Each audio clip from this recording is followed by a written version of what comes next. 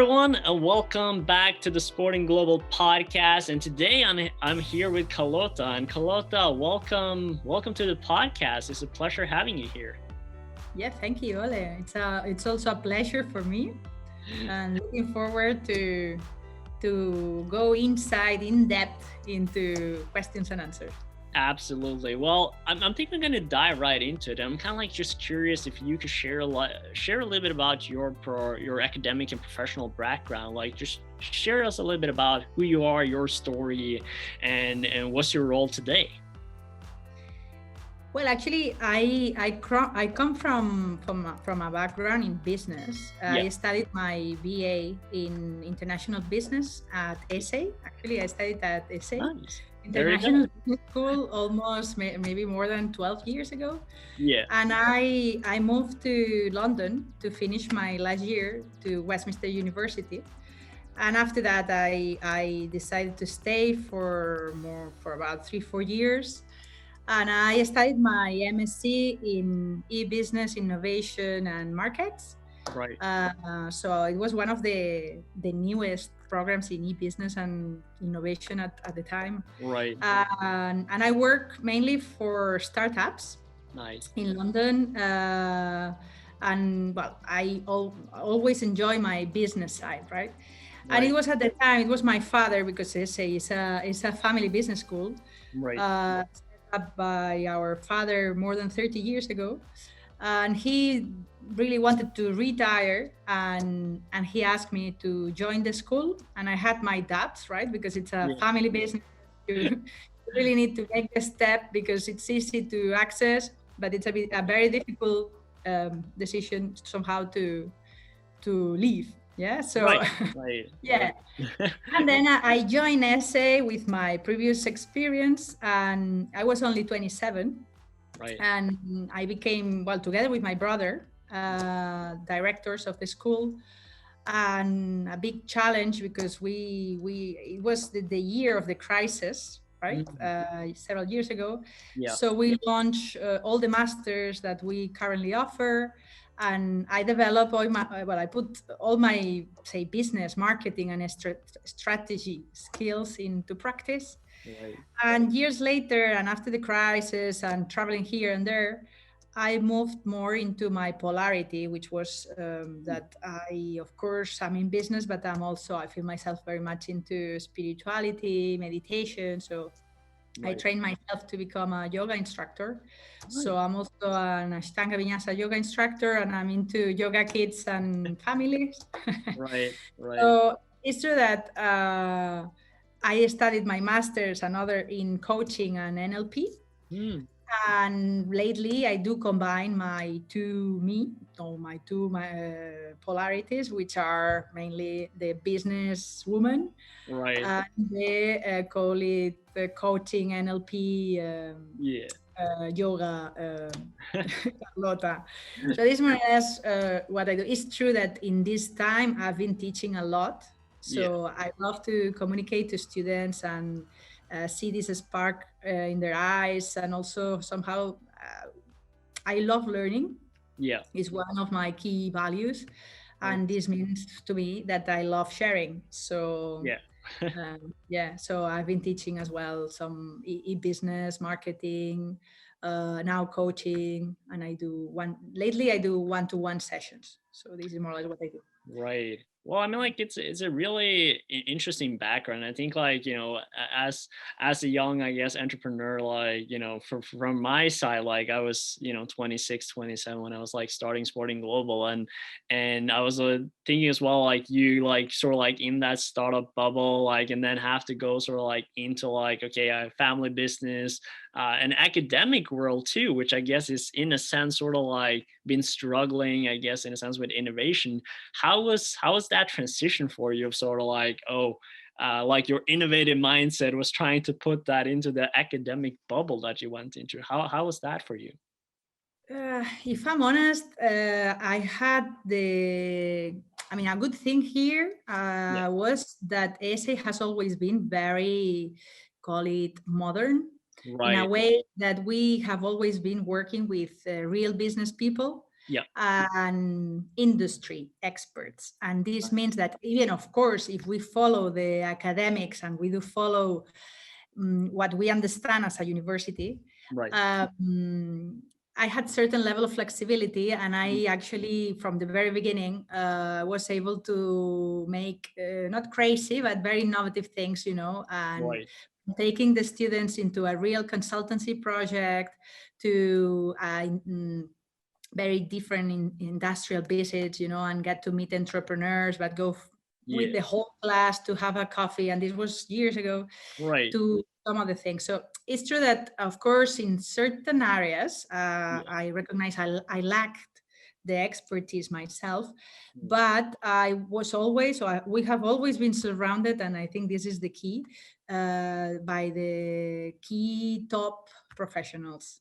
So Right. if I didn't know, I've always been able to refer to Yeah. people who knows more than me, and share knowledge. So yeah, it was okay, but I don't understand academics as maybe Right. as the rest of the world. Yeah. Yeah. Mm. No, but I mean, like, it's a unique opportunity as well, sort of like coming in young, like being able to put in sort of like your innovation hat on it as well and say, okay, here are some of the things that we can do, right? And I think you touched upon very, very important things of utilizing the professional network and like showcasing, okay, this is how, the industry is actually functioning, and sort of like having that modern picture on SE and like the school itself. So I think that's really important. And now, of course, like as the managing director, like what are some of your key responsibilities? I guess you touched upon like sort of like the coaching and like the teaching, but like besides that, what are some of the tasks that you're working on right now?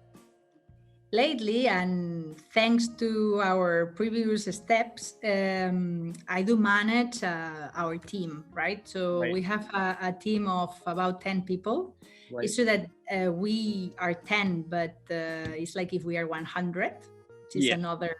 another thing that I love about Esei, Right. because of what I said before. No, it's like be surrounded by the best. Right. And yeah, and what I do is mainly I do apply a lot my coaching to them. Mm. So by organizing one-to-one meetings and say career development Right. and personal development, and then on top of that, of course, with certain students, especially the MBA students, Mm. I do one-to-one coaching sessions, Right. and then some group workshops, because lately the students are very interested not only in applying the techniques and resources to their lives, but also to learn how to use them with others, Right. which is great because it's part of my vision, right? So it's to Yep. somehow transmit what I know, but to somehow make sure that certain coaching style techniques or can be applied, no, in with a network, Yeah. not Yeah. only Yeah. one person. Yeah. 100%. So yeah, so my work is mainly to manage the team, and also I'm very much into business development. So if we see Right. any opportunity or any further development, anything related to new programs or new markets, Right. um, well, we do take the decisions. By accident, I'm dealing a lot with marketing stuff lately. As I have my background, that's the problem. No? When you know a bit of many things, you end Right. up. Right. Wearing But multiple hats, sort of like yes, I'm just luckily a very active person. Yeah, I have teams. I have certain teams. I mean, it's the global team, but then I do lead the marketing team at the moment. Although this is gonna change lately, and I right. will be able to focus more into business development. That's awesome. And I think like you touch upon, something very important in terms of, helping the students, right? Of like sort of like getting that professional career advice and tying that into like also the professional network, right? Because of course, having that relationship, building that network as a young student is extremely important. I'm kind of like curious for, those I guess students out here that are usually listening to this podcast, or for those professionals that are sort of like, what kind of sport related programs are you guys offering at SE, and like what essentially can a student, learn and discover as part of, the sport management program that you guys are offering? Yeah, at the moment what we do is the masters in sports management. Yep. And if I'm honest, it's a new program. We Right. launched the program last October, Nice. but I have to say that this is one of the most successful programs Right. we have at the moment. Awesome. And we are really proud of the program because even if we launched last October, Yeah. and we were brave enough to launch it during, I mean, well, it's true that we didn't know, but we launched it anyway. Right. Um, well, we knew, yes, because it was COVID, sorry, COVID, and Yeah. then we launched it. Yeah, yeah, we knew that everything was happening, but we Yeah. thought, okay, this is gonna work out. Right.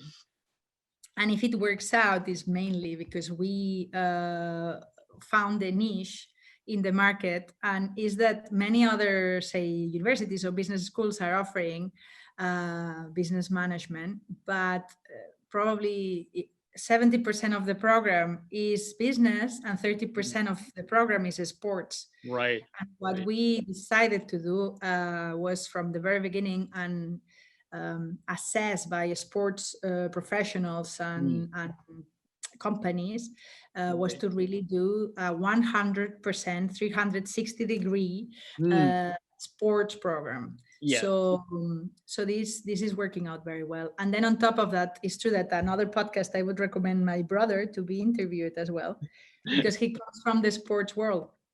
Let's He's have the it. co-director, yeah, and he was a professional tennis player himself. And up to several months, we had the professional tennis academy. So Right. these link very well one with the other. So maybe the motivation was that we had the tennis academy, to launch Yeah. sport Yeah. programs. Yeah. That makes sense. Um, and then another program that this is new, fresh news, and is going to be announced soon, is that we have the Bachelor in Business Administration. Right. Uh, but what we are going to launch is an specialization, a major in sports management. That's awesome. So Yeah. you sort of like get like also those fresh students that can like, okay, I want to do like a business, but I can specialize myself in sport management. And I think that's a huge step up, and I guess like a good learning experience as well from, your first year now, since last October with the master, right? And I guess like, what are some of the things that I guess you learned from like the first year of like running the sport management program? Like, what kind of lessons have you taken with you to like the next year edition, or like the future years that are coming ahead now?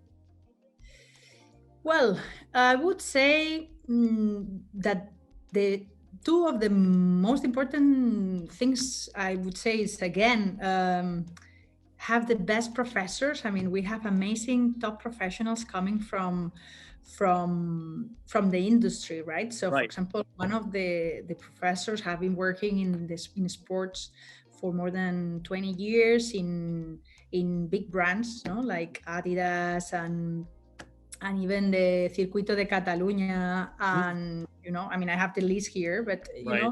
Right. professors are amazing. Yeah. Also the guest speakers we have had, like very key people.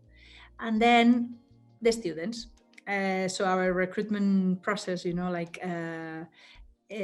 have people from all over the world.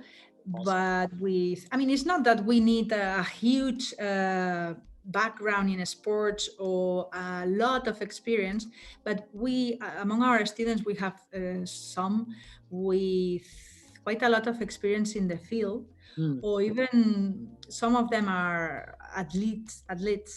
themselves. Yeah. Yeah. So it somehow have a sports mentality, Mm. uh, or the passion for it. With Right. this, we found out that is the most important, like to have the passion for it and to, 100%. to be surrounded by sports all the time.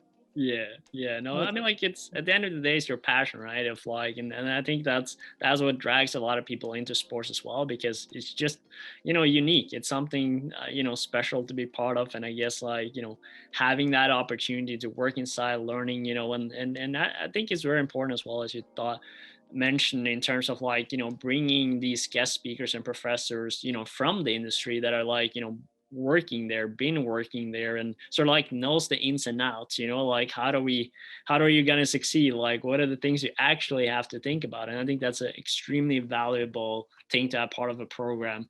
And obviously, in terms of, there's a lot of, programs out there and the universities that offers, sport related programs.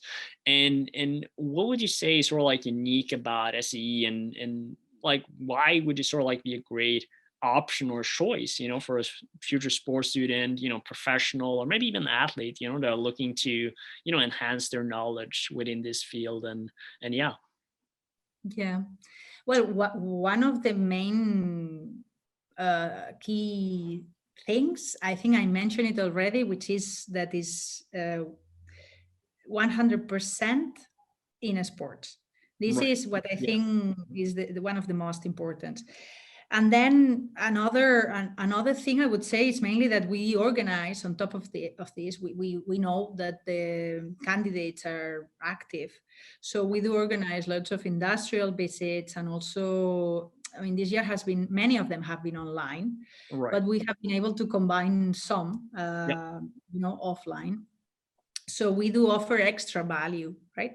Right. So it's like some industrial visits. I mean, many of our professors, they have their companies or collaborations, so they take the students there. um, Connections, I mean, the collaborations as well with you, no, Yeah. offering somehow real job opportunities in the sports industry.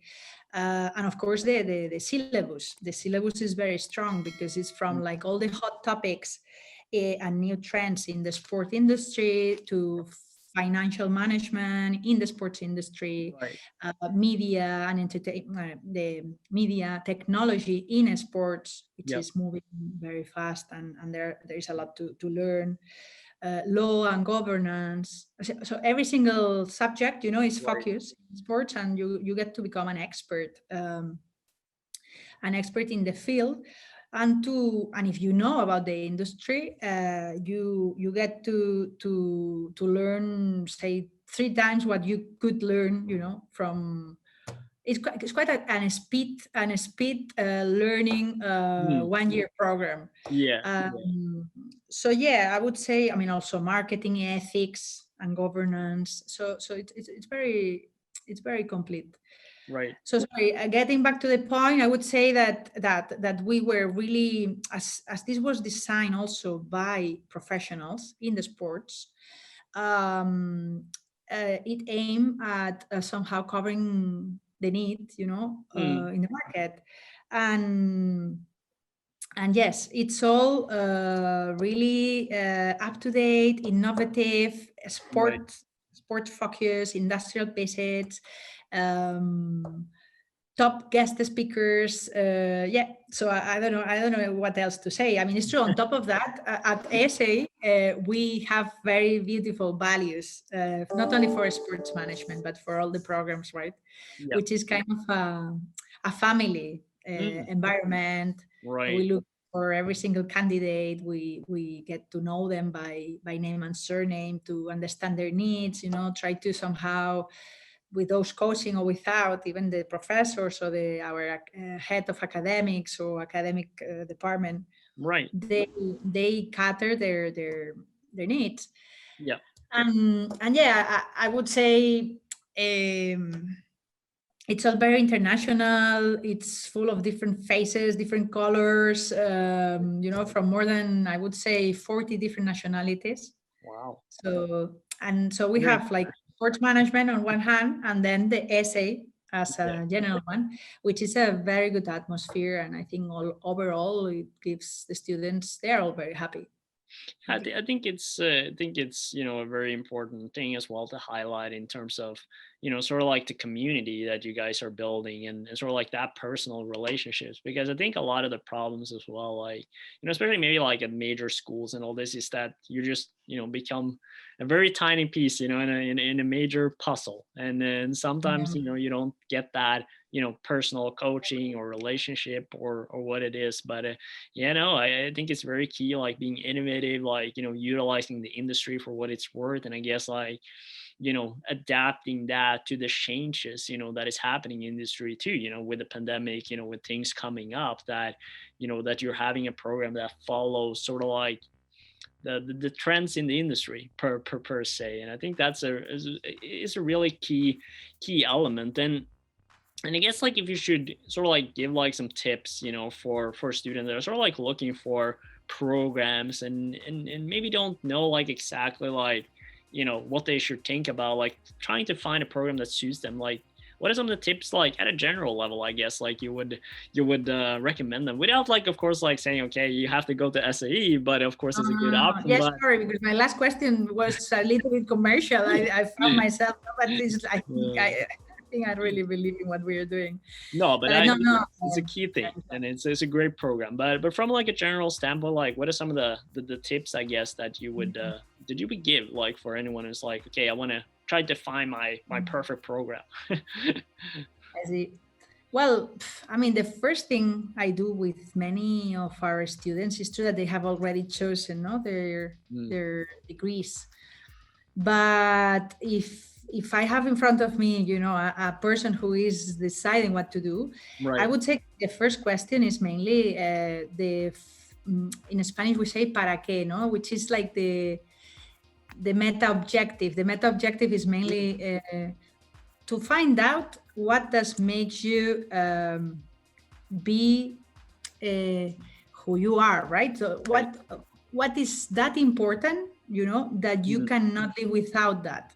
yep. So it's mainly to get to the basics of your values, no? Right. So Right. you get to the maximum, and then when you get there, is somehow three other values. Mm, I don't know. It can be, for some could be money. yeah. For some others could be, self-development. For some others could be reputation, or it could be happiness, whatever. And this is, I think, the key thing. And then as a second point, I would say like is, well, what's your background, what's your present, what's your dream? Mm, And somehow, as many young people in our society, what happens lately is that they of course have so many dreams that they don't know exactly in what direction right. to go. Yeah. I would say is like if they have a feeling, but if it comes from their hearts, Mm, is yeah. to start investigating. I mean, with time, like get to talk to people, get to find out what they do. And of course we sometimes have an idea, Yeah. but it can be very vague. But it's like, okay, what does a master's in sports management mean? Yeah. What can I do with that? What sort of professions?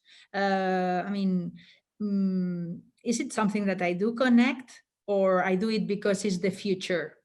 Right. Uh, is it Right. something that I do enjoy imagining myself on a day-to-day basis, or is something that my father is or my mother is obliging me to do? Yeah. So I think it comes like with many questions to themselves, Right. and the idea is, as more practical answer would be to somehow see what topic could be, and then evaluate the syllabus, the professors, and the place, of course. If this place, call it dash business school, university, or Right. whatever, have they do if they do have the same values as you have.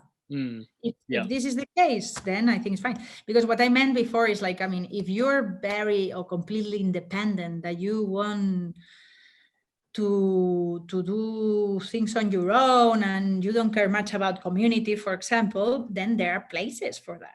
Right. Or there is online education, Yeah. so you don't care. But if, for example, what you are looking is into a really, say, community atmosphere where they do look after yourself, where you interact with others, they yes, so every day. Um, oh, yeah, then you look for a different type of school. So I think, yeah, maybe a list, of like main values. Yeah. Okay, what do I have in the market? What does make me feel Yeah. something strong, and then investigate and ask.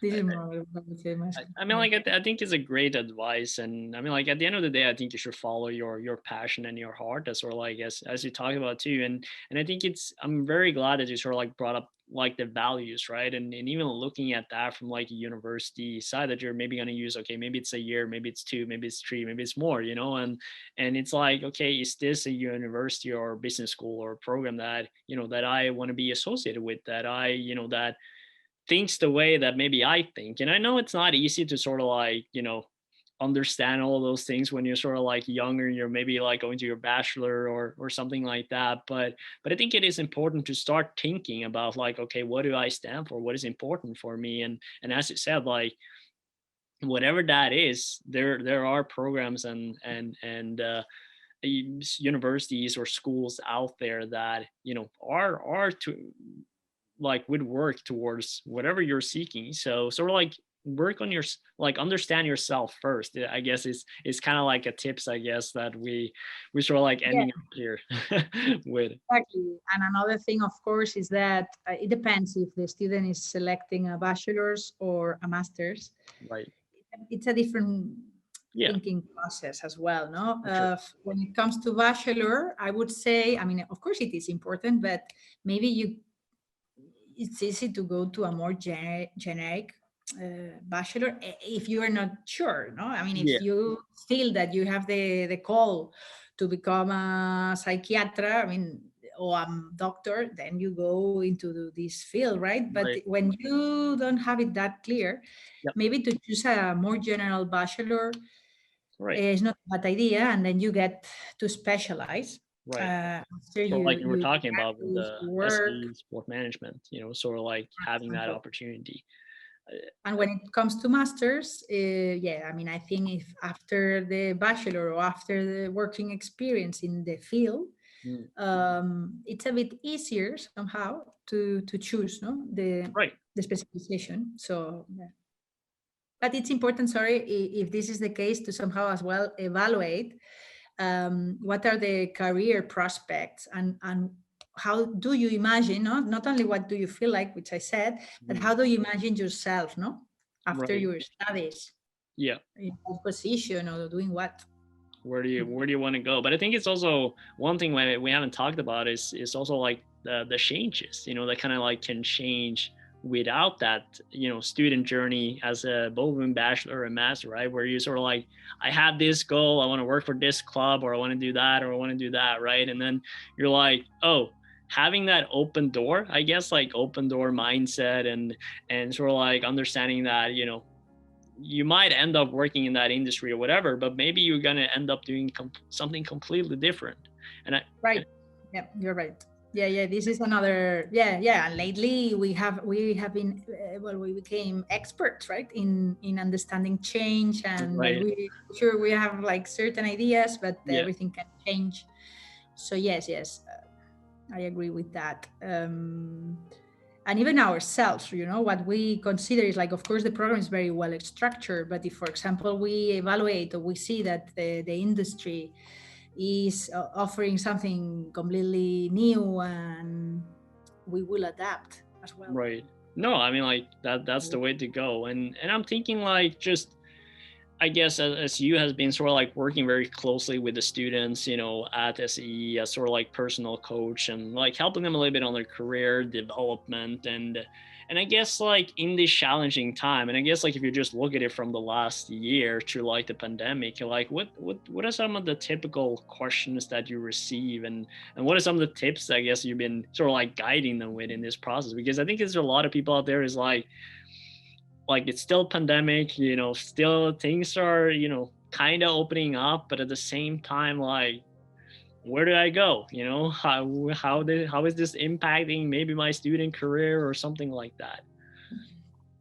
Yeah, I mean, the top questions, if I'm honest, we go to the basics. We go Right. back to the basics, because one of them is to do, if I do many CV clinics, Mm, yeah.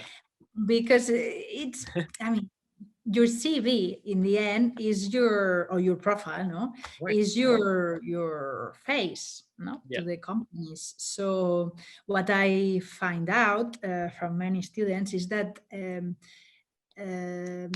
they tend to be very descriptive, Mm, but it's mainly somehow to make them understand that they can sell themselves, and they right. can somehow. It's I think we do a lot. Call it personal branding. Yeah. Yeah. Personal branding, Very from important. the TV to the interview skills, to yes, to social, media, or whatever you use to promote your profile. Right. But yeah, what I try to, because I don't give them solutions, I always Yeah. make them work and reflect. Right. But it's mainly, yeah, like from the description to somehow I mean, evaluate, no, I ask them like to evaluate their skills. Mm, What do they have? What are the skills they want to somehow boost in the next coming year? right. Because actually, if you're looking for a job, no, it's because of many reasons.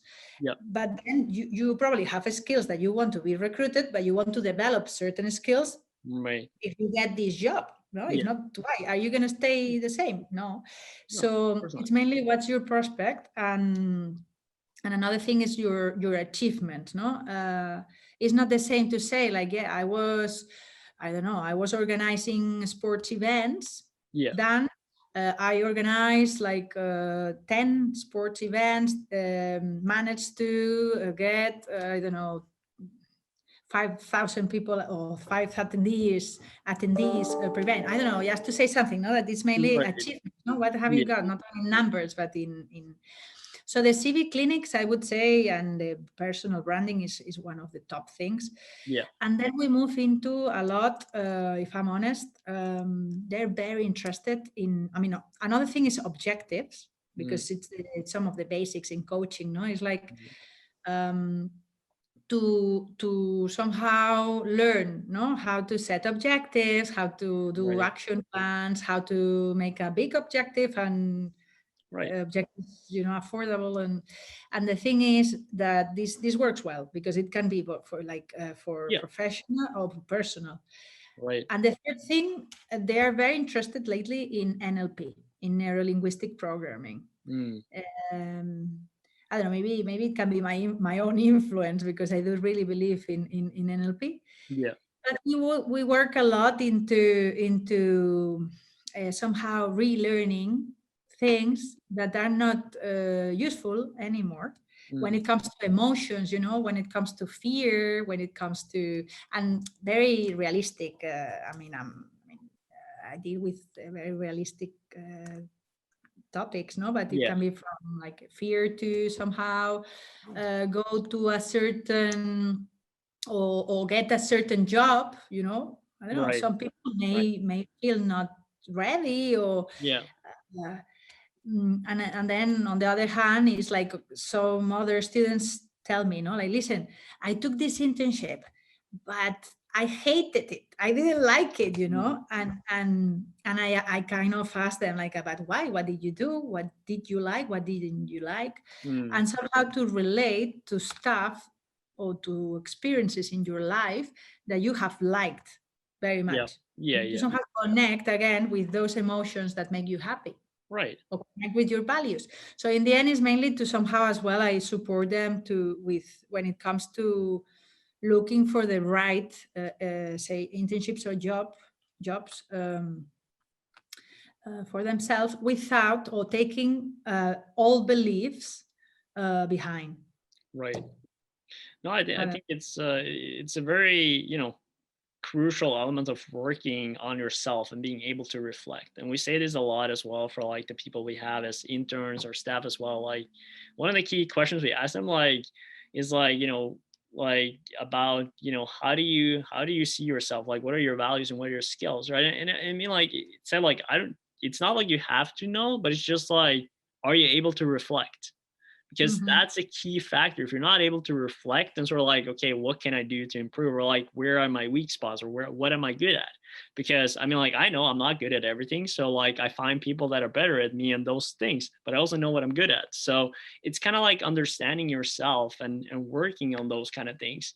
And I guess, like, just to wrap it up, because we're about to sort of like finish the podcast here, but as a final question for those that sort of like that been listening here, tuning in and say like, okay, as SAE, maybe the master or something like that in sport management is quite interesting to maybe be part of. Like when is the next deadline to apply, and sort of like how can the listeners find out more information about the program and just learn a little bit more about what you guys are offering, and go a little bit more in depth, I guess.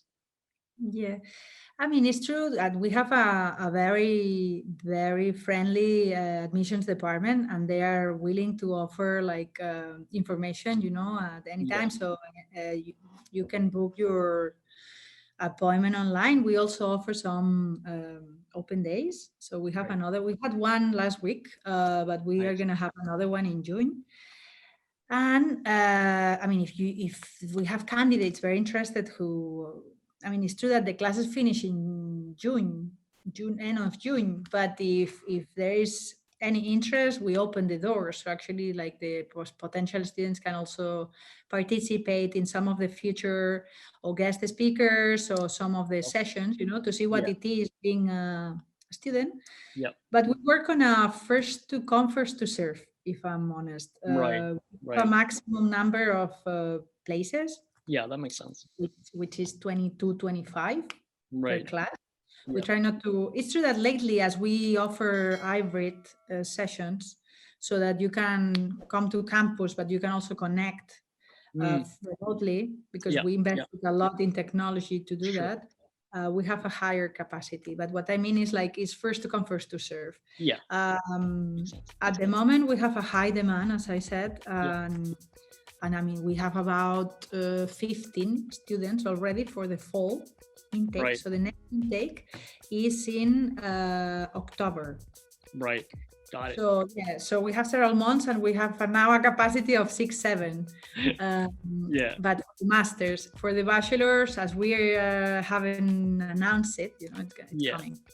No, but I mean, like, I think it gives some insights for people to understand. And of course, if you want to read more about you guys as well in the sport management program, you can check that at sportingglobal.com as well, and learn more about the programs. And with that, Carlota, I think I would just like to thank you so much for taking the time to sharing more about you, about SE, your story, and a little bit about your vision and how you see like the sport industry and the sport management, educational aspects changing, and how you guys are seeing it. So I really appreciate that, and then thank you once again for taking the time. No, thanks to you for the invite, and hopefully, yeah, we are very happy with our collaboration and partnership. So hopefully Likewise. we do. Likewise, Good. Carlota. I think it's going to be really good, and I think there's a lot of people out there is going to, enjoy this and have a great experience out of this collaboration. So with that, of course, for those of you that have been, staying until the end, make sure to like the video, share with some of your friends, and if you're interested, make sure to look up SAE, see what they're all about. Maybe reach out to Carlota as well, and maybe ask her some questions, and think about what we were just talking about, like finding your path, understanding yourself, and through that you can find great programs, great opportunities in the industry. And Carlota, we always finish with some Norwegian, so I got to teach you some Norwegian at the end. Yeah. I didn't know that. Good. Yeah, so with every podcast and video we do, we always finish with "Vi snakkes," which means "see you later" in Norwegian. This not good. Vi snakkes, yeah. This not good. Very difficult. That's pretty good. That's pretty good. All right, Carlota, thank you so much, and we'll talk very soon. All right. Thank you.